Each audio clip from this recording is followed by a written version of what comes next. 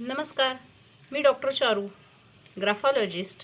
आणि आत्ता आपण डिस्कस करतोय नॉन ग्राफोथेरपी मेजर्स. म्हणजे हस्ताक्षरामध्ये तर आम्ही सुधारणा सांगतोच.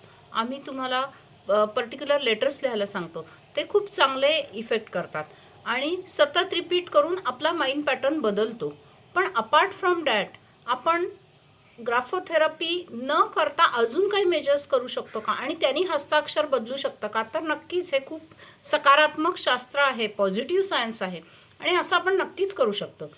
तर नॉन ग्राफोथेरपी मेजर्स जर आपण सर्वांनी वापरायला सुरुवात केली तर हळूहळू आपल्या हस्ताक्षरात नक्की सुधार येते आणि क्वालिटी ऑफ लाईफ, ज्याला आपण म्हणतो गुणवत्ता, आयुष्याची गुणवत्ता, तर ती नक्कीच सुधारते.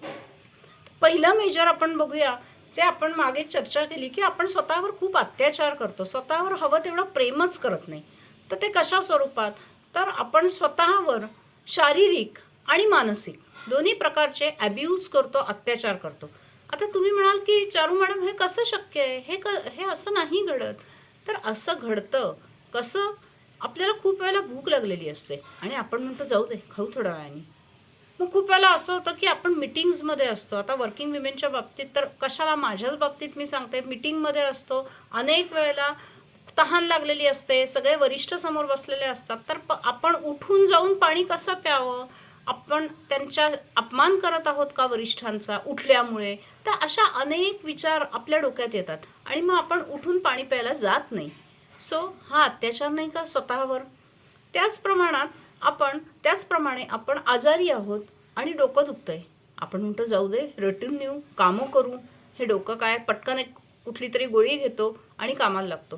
ते डोकं का दुखतंय, त्याच्यामागे कुठले विचार आहेत, कुठला त्रास आपल्याला होतोय का, असं आपल्याला आपल्या बॉडीला विचारायला वेळच नसतो. आणि हा एक नॉन ग्राफोथेरपी मेजर आहे. स्वतःची काळजी घ्या, स्वतःवर प्रेम करा.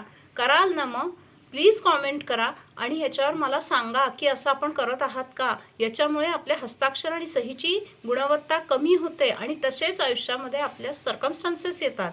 तर जागे व्हा, अवेअर व्हा आणि ह्याच्यावर काम करा.